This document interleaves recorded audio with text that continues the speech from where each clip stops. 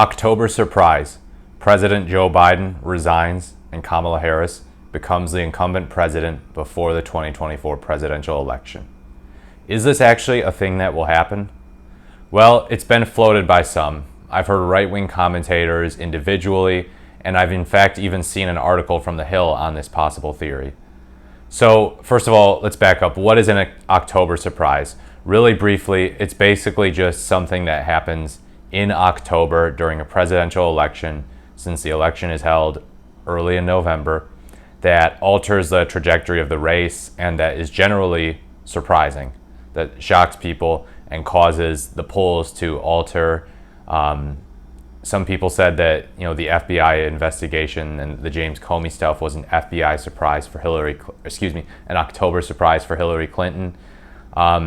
So this year, some people are positing that Joe Biden's got an October surprise up his sleeve, and that is resignation to give Kamala Harris an incumbency boost so that she's president when the election happens, and that helps her. I don't think that that's going to happen.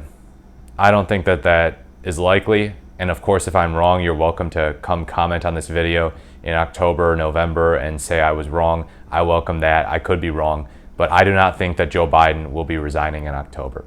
I think that he wants to finish out the rest of his term. I think that he still might be kind of resentful over the idea that a lot of Democrats wanted him to drop out of the race because they saw him as the worst candidate. And I don't think either that he's not healthy enough or that he's not mentally stable enough to continue serving to January. January is just 4 months away. A lot of people on the right primarily were talking about how, when he stepped out of the race for re-election, he was admitting that he's not mentally healthy enough, mentally well enough to serve as president. So why is he going to serve as president for the remainder of these months? And it's like, well, first of all, he didn't concede that he's not mentally well enough to serve as president. Read the statement again. Tell me where in it he mentions his own mental health or his state of being, anything. He doesn't mention fitness at all. This is just about his viability as a candidate. And he saw that he didn't have the momentum behind him. Another candidate probably would, and therefore would be better to take on Donald Trump. So the idea that he admitted he's not mentally well enough to serve as president is false. But then even if he did admit that he was not mentally well enough to serve as president until January 2029, that doesn't mean that he's not mentally well enough to serve until January 2025. 4 years matters a lot when you're in your 80s. It's a lot of time. It's not like going from being 22 to 26. It's like 82 to 86. That's a pretty big deal. So there's nothing contradictory in him not resigning. I do not think that he wants to resign. I think that he likes being president. He likes the idea of serving the rest of his days as president, the rest of the months he has. He doesn't want to go down in history as another president, only the second president in history who's resigned, after Richard Nixon. So yeah, that's my thought. In terms of actual October surprises, I don't know if we're going to get any in either direction. What's clear here is that the candidate who's probably hurting more is actually Donald Trump, not Kamala Harris. So even though the election could go either way, it's kind of a coin toss. I don't feel like Kamala Harris is super desperate for an October surprise. We know she wants another debate to happen, and that's probably not going to happen because I said in my last video, Trump's not going to do a third debate. There will be no third debate, he said. But yeah, I don't think that Harris needs an October surprise. I think that Trump probably needs an October surprise. And that could come in a lot of forms.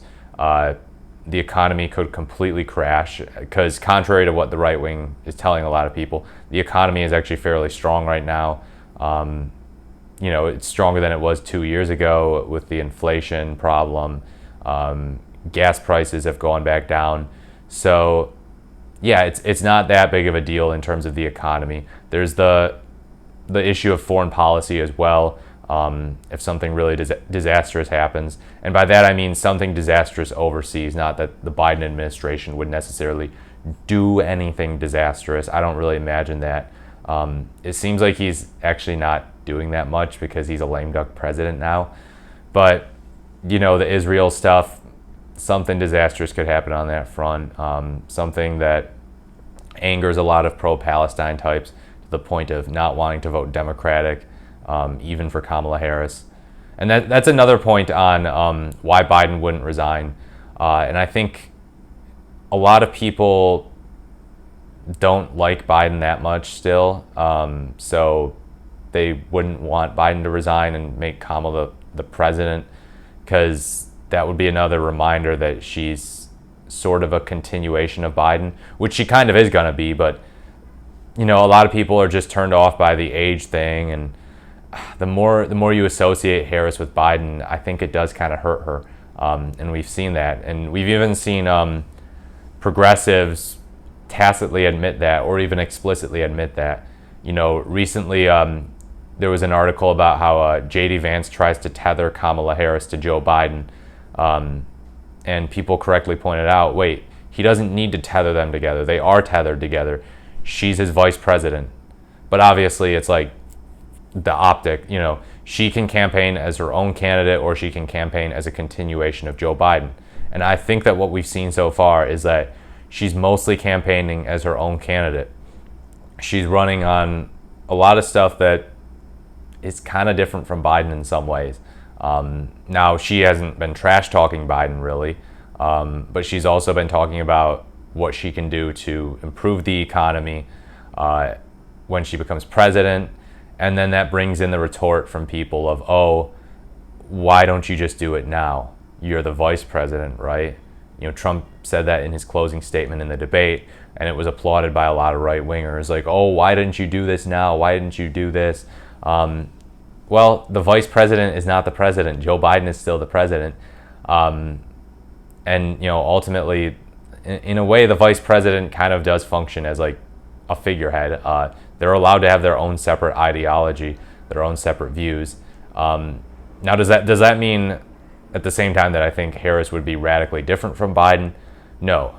But that doesn't mean that she doesn't have a bunch of different ideas brewing in her head, potentially.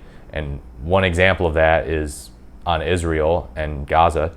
I think it's pretty clear that she's not as favorable toward Israel as President Biden is.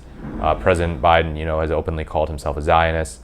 I don't think there's footage of Kamala Harris saying that, even though she is very pro-Israel. She unleashed some pro-Israel rhetoric on the debate stage Tuesday night. But yeah, so she's different but similar, I guess, is the moral of the story. And ultimately, I don't know if it's convenient for the Democrats to have Biden step aside and Kamala Harris become the incumbent president. Because we typically associate being an incumbent with having an advantage. But remember, plenty of incumbent presidents have lost. Donald Trump lost, George H.W. Bush lost, Jimmy Carter lost, Gerald Ford lost. Yeah, so, and then Joe Biden was looking like he was going to lose this election if he stayed in as the nominee, as the incumbent. So that would have been another incumbent losing. But yeah, Joe Biden is probably not going to resign from the presidency as an October surprise. That helps Kamala Harris.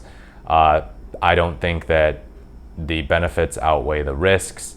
I don't think that it's necessary either. I think Kamala Harris is in a fairly solid place. I think the candidate who realistically should be sweating more right now is Donald Trump, but, you know, the race is a coin toss at the same time, although it keeps leaning more and more in favor of Harris, as we saw from that debate. But yeah, no October surprise. That's the moral of the story. No October surprise. Feel free to disagree with me in the comments. But yeah, as always, if you liked this video or you found it helpful or insightful, please leave a like, comment, or subscribe. I really do appreciate it. Let's grow this channel together, baby. And yeah, as always, I appreciate you watching this video, and I look forward to speaking to you in the next video. Thank you very much.